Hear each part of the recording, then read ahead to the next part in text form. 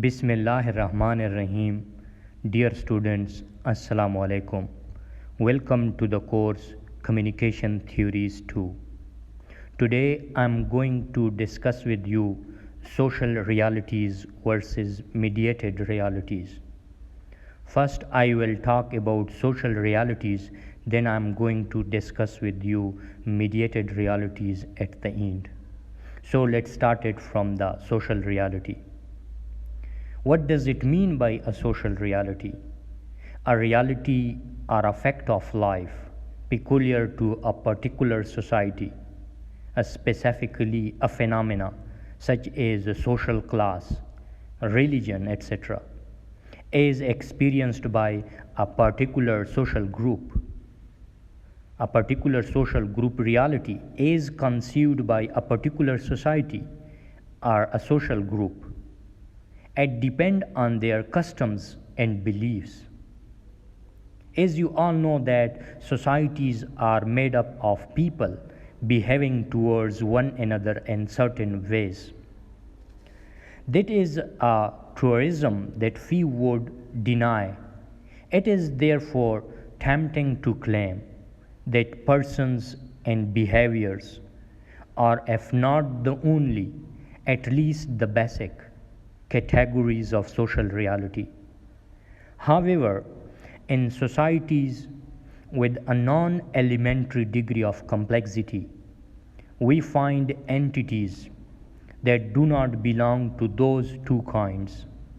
For instance, institutions, social roles, promises, marriages, associations, enterprises, states, and the large variety of what we can label a social object.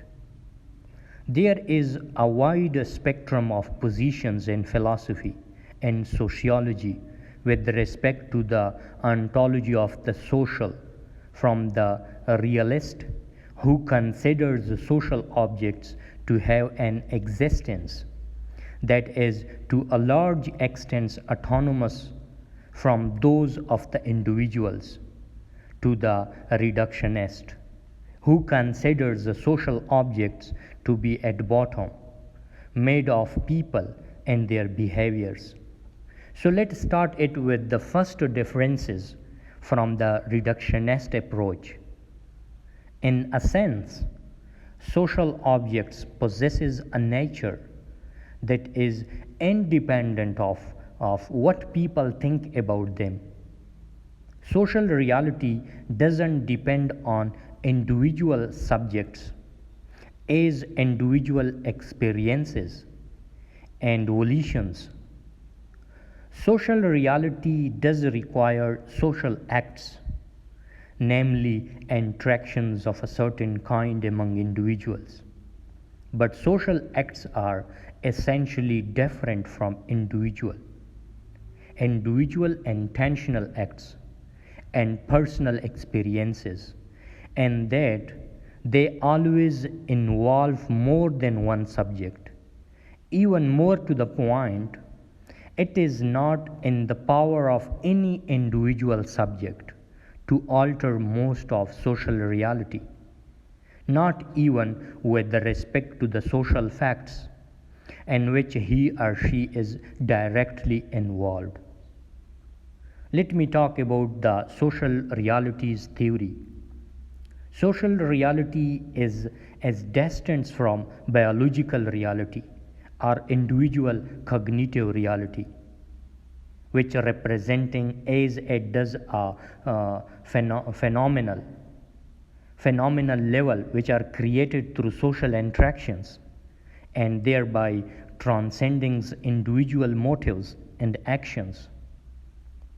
The product of human dialogue, social reality may be considered as consistence of the accepted social tenets of a community, involving thereby relatively stable laws and social representations. A radical constructivism would cautiously describe the social reality as the product of uniformities among observers, whether or not including the current observer themselves. The problem of social reality has been treated by philosophers and phenomenal traditions, particularly the Alfred, who used the term social world to designate this distant level of reality. Within the social world, the Alfred distinguished between social reality that would be experienced directly and a social reality beyond the immediate horizon, which could yet be experienced if sought out. Ethnomethodology explored further the unarticulated structure of our everyday competence and ability with social reality. Previously, the subject had been addressed in sociology as well as other disciplines. For example, Emily, she stressed the distant nature of the social kingdom. Here, more than anywhere else, the idea is the reality. Herbert Spencer's, he coined the term superorganic to distinguish the social level of reality above the biological and psychological. There are different objectives, like there is a debate in social theory about whether social reality exists independently of people's involvement with it, or whether it is only created by human processes of ongoing interactions between them. Peter Berger, he argued for a new concern with the basic process of the social constructions of reality. Peter Berger stated that the social constructions of reality was a process made up of three steps: externalizations, objectivations, and internationalizations. He stressed that once certain fundamental structures of experiences are shared, they come to be experienced as objective entities. They take on the force and character of partial autonomous realities with their own way of life, such as a socially real grouping can be nothing else than the multiplicity of the points of views and actions of its members, even where through the interactions of this multiplicity is synthesized by each of them.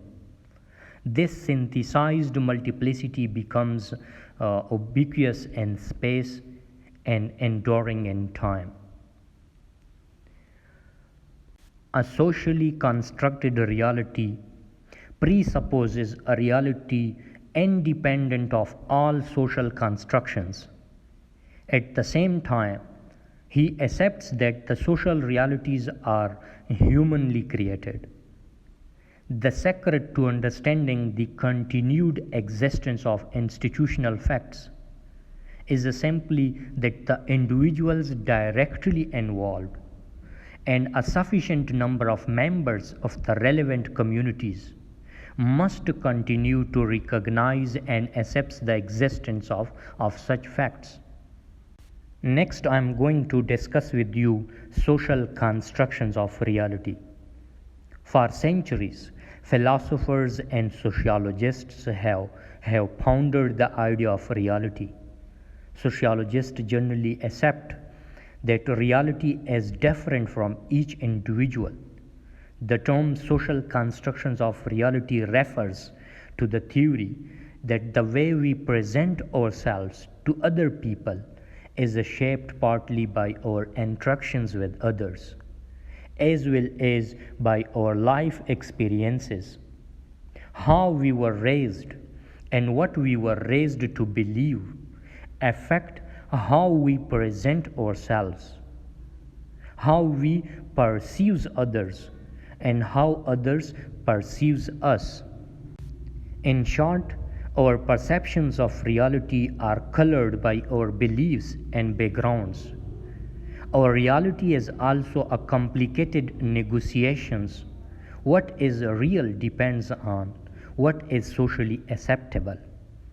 Most social interactions involve some acceptance of what's going on while we participate in the constructions of reality.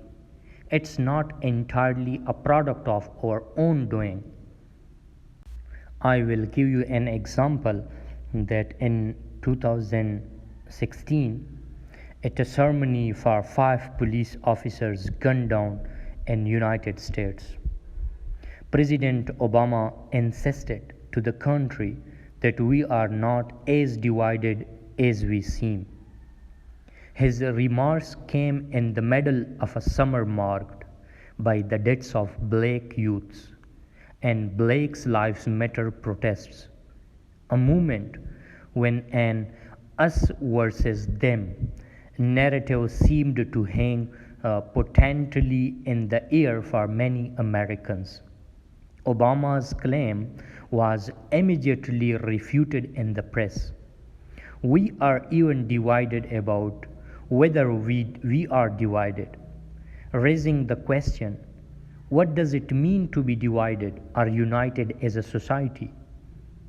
One way we might answer this question is to assess whether members of our society conceive of reality in the same way. Americans have a shared set of values as outlined in our constitutions and evoked in our public discourse. But there is more to our understanding of reality than our values. If our lived experiences differ vastly, then not even our common values ensure a shared sense of reality. Much of our shared understanding of reality is constructed through the mass media. In 1970, sociologist and media theorist George Gerbner, he formalized this idea.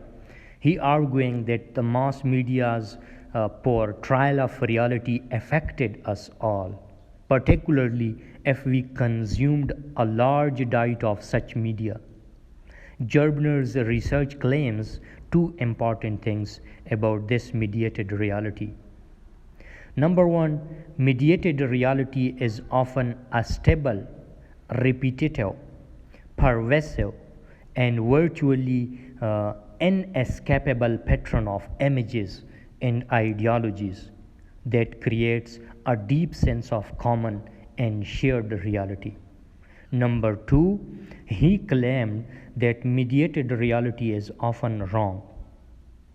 The George Gerbner and his team conducted a content analysis that compared television violence to real-world crime statistics. Without fail, television's reality was more violent than real life. Even after correcting for unreported and underreported crimes, Gerbner's research also showed that if you watched a lot of violent television, you would report that the world was fundamentally more violent than those who watch less televisions. How we define everyday situations depends on our respective backgrounds and experiences. The wealthy individuals has learned through interactions with others that spending money on one's pets is a worthy expense. His reality is one of pride.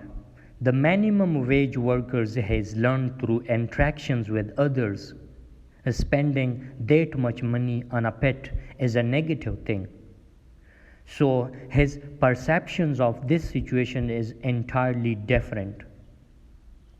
For example, in Pakistan or in Kuwait specifically, one background assumption is that emergency personnel such as the police officers, he wear identifiable uniforms when on duty, and officers at an accident scene who is wearing everyday clothes.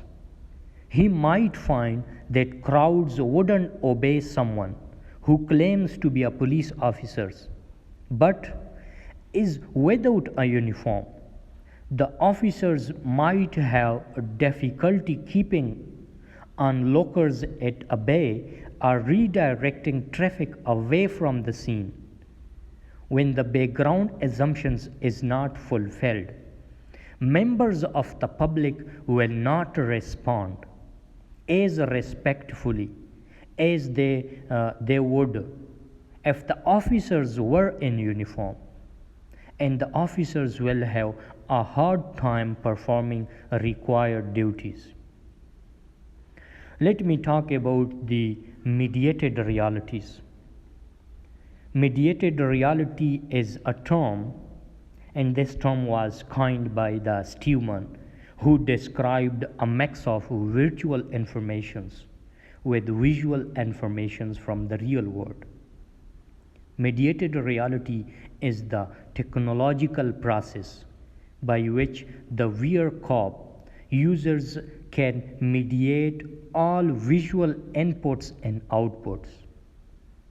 Mediation includes overlaying virtual objects on real life and taking away or otherwise visually altering objects. According to Stillman, mediated reality is created when virtual or computer generated information is mixed with what the users would otherwise normally see. atifu is suitable for creating a mediated reality because it is able to observe, quantify, and resynthesize the light the users would normally see. When the light is resynthesized under computer control, information can be added or removed from the scene before it is presented to the users, to the audiences. The virtual information or light as seen through the display must be properly registered and aligned within the user's field of view. To achieve this, a method of camera-based head tracking is employed. Now the question is what to believe in the media, truth or mediated reality.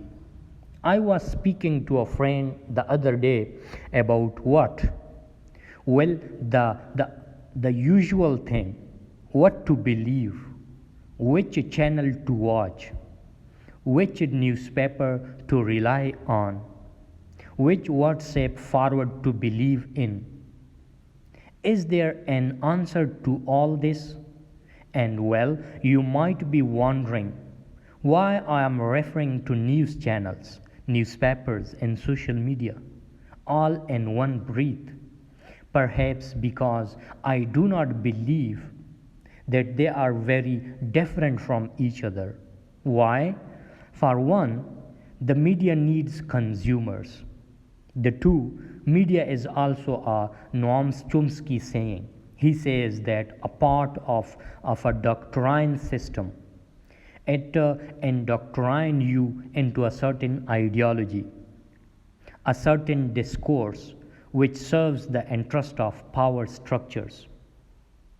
Even before you know, media trains you to acquire values of passivity, easy submissions, and surrender.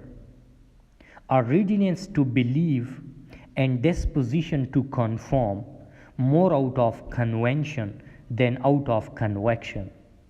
So why then all media engaged in the project of obtaining our consent? Because that is how the dominant ideology works, whether it is the state-run and operated ideology forces or the overarching grand narratives that govern our lives. They are all actively, tirelessly, relentlessly engaged in the pursuit of indoctrinating us.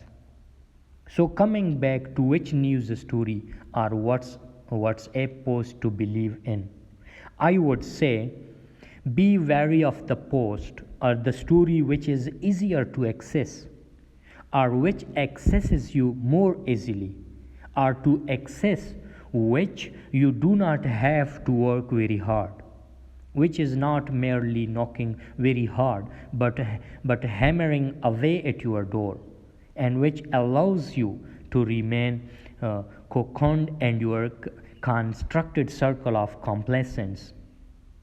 A piece of information that is the status quo in nature, are simply that which are tempted to believe because it appeals to your emotions and not to your logic.